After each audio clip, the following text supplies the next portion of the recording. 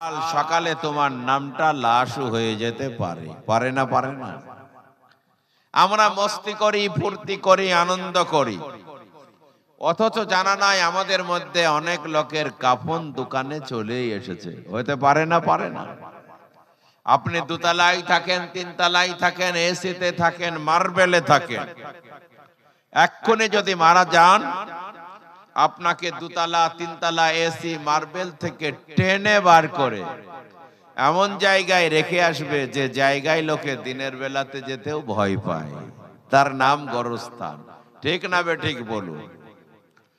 আল্লাহ তাবারক তাআলার বান্দা, এই জন্য কোন বাড়িতে যখন কোন বৌমা বধূ 10 লাখ টাকার গয়না, 10,000 টাকার শাড়ি পরে ঢোকে, আল্লাহর ফেরেশতা হাসে আর বলে, জামিলা এই বাড়িতে খুব জমজমাট করে ঢুকছো, 10 লাখ টাকার গয়না, 10,000 টাকার শাড়ি, একদিন এমন হবে তোমার সবগুলা কেড়ে নিয়ে একটা কাফনের প্যাকেটে করে এই বাড়ি থেকে তোমাকে বের করে দেবে। এর নাম হলো দুনিয়া। আল্লাহ তাবারক তাআলার পিয়ারা বান্দা, এটা আমাদের মনে থাকে না। আমরা কেমন জানেন? ওই কসাইখানার ছাগলের মতো। কসাইখানায় দেখবেন 4-5টা ছাগল বাঁধা থাকে।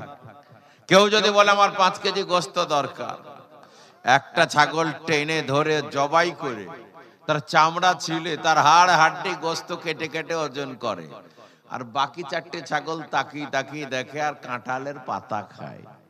ওদের হোশ নাই যে ওর গোস্ত পড়ে গেলে আমাকে ধরবে।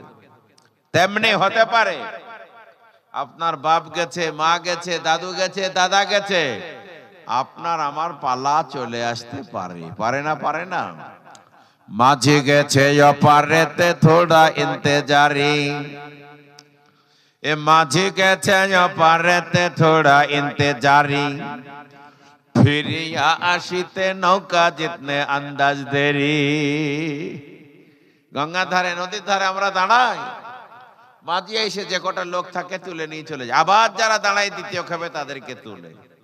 তেমনি হতে পারে আজরাইল ফেরেশতা আপনার বাপকে, আপনার দাদুকে, আপনার মাকে রাখতে গেছে, দ্বিতীয় খেপে আপনাকে তুলতে পারে। পারে না? পারে না? এই জন্য বলছে মাঝি গেছে অপারেতে থোড়া ইন্তেজারি, ফিরিয়া আসিতে নৌকা জিতনে আন্দাজ দেরি। আল্লাহর নবী বলেন, ইয়াকুলু ইবনু আদম মালি মালি, মানব জাতি বলে আমার মাল, আমার বাড়ি, আমার গাড়ি, আমার টাকা, আমার পয়সা। আল্লাহর নবী বলেন ওয়া ইন্না মালাহু মিন মালিহি সালাসুন, তার যত মাল আছে সমস্ত মালের মধ্যে 3টে মাল তোমার। 1 নম্বর মা আকালা ফাফনা, তুমি যা পেটে খাবে শেষ করে ফেলবে। 2 নম্বর আউলা বিসাফা আবলা, তুমি যা পরিধান করবে, নিজেকে গরম শীতে হেফাজত করবে, সেটা তোমার। 3 নম্বর আতা ফাকতানা, তুমি যা আল্লাহর রাস্তায় খরচ করবে, মসজিদ, মাদ্রাসা, গোরস্থান ইত্যাদির জন্য দেবে, আখিরাতের জন্য জমা হয়ে যাবে।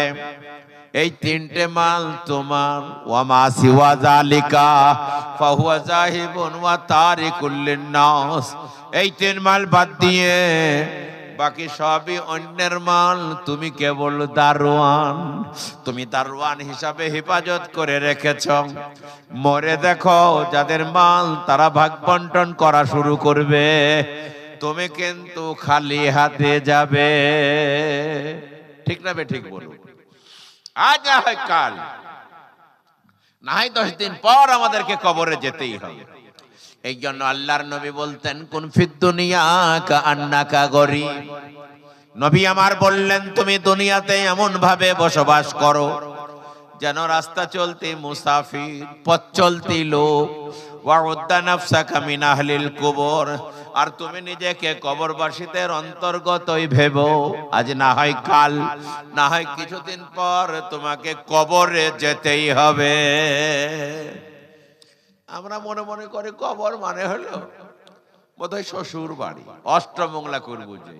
না না না, যেই জনা কবরেতে করেছে গমন, যেই জনা কবরেতে করেছে গমন, এ বুঝি আছে সেই জনা যাত না কেমন। যে কবরে গেছে সে জানে যন্ত্রণা। আপনার ছেলে কলকাতা যাবে, ভালো করে ভাত খাইয়ে দিয়ে দেশি মুরগির গোস্ত দিয়ে ওই বহরমপুর যে ট্রেন ধরিয়ে দিলেন, জানলার ধারে সিট ধরিয়ে দিলেন, জানলার বাইরে থেকে টাটা টাটা ও টাটা করলো। কিছু দূর যাওয়ার পরে কৃষ্ণনগর পর্যন্ত টিটি এসে বলছে টিকিট। আপনার ছেলে বলছে টিকিট কি জিনিস গো? বলে সেই স্টেশন থেকে এইটুকু জিনিস লিস নে। বলে ওটা কি জিনিস? আমার ভাই আমার বাপ সব একদম সিট ধরিয়ে দিয়ে গেল। বলে থাপ্পড় মারবো, টিকিট কই? বলে ওটা কি জিনিস? ওটা আমার নাই তো। বলে বাবা খালি ট্রেন পেয়েছে শোট। কান চেপে ধরে টানতে টানতে নিয়ে চলে গেল জেলখানা, লাল ঘরে বসে আছে। আমরা মনে করছি আমার ছেলে বোধ হয় ওই কলকাতাতেই ভালোই আছে। তেমনি আপনার বাপকে, আপনার মাকে, আপনার দাদুকে, আপনার দাদিকে ভালো করে সাজিয়ে গুজিয়ে আতর গোলাপ কর্পূর লাগিয়ে ভালো কাপড় করে ভালো করে রেখে চলে আসলেন। হয়তো তার টিকিটই নাই, হয়তো পারে না, তার ইমান আমল হয়তো ভালো নাই। এই জন্য এখানে ইমান আমল তৈরি করার জায়গা। আল্লাহর নবী বলতেন আযাবুল কবরে হাক্কুন, কবরের আযাব চিরসত্য। আল্লাহ তাবারক তাআলার বান্দা যে ব্যক্তি কবরে গেছে সে জানে কত খতরনাক আযাব। আল্লাহর ওলি ভালো করে শুনে যান, আল্লাহ তাবারক তাআলার নবী সাল্লাল্লাহু আলাইহি ওয়াসাল্লাম যখন কবরের কাছ দিয়ে যেতেন তখন তিনি টেনশন করতেন।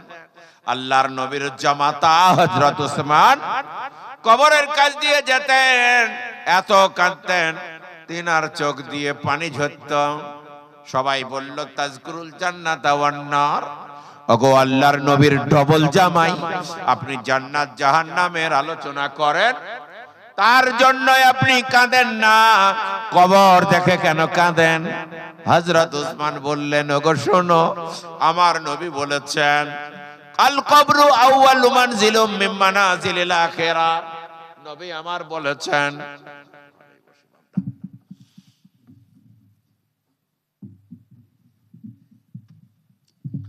নবীজি বলেছেন কবর হলো আখিরাতের স্টেশনের মধ্যে প্রথম স্টেশন। যে এই স্টেশনে রিহাই পেয়ে যায়, বাকি স্টেশন গুলাতে আরাম।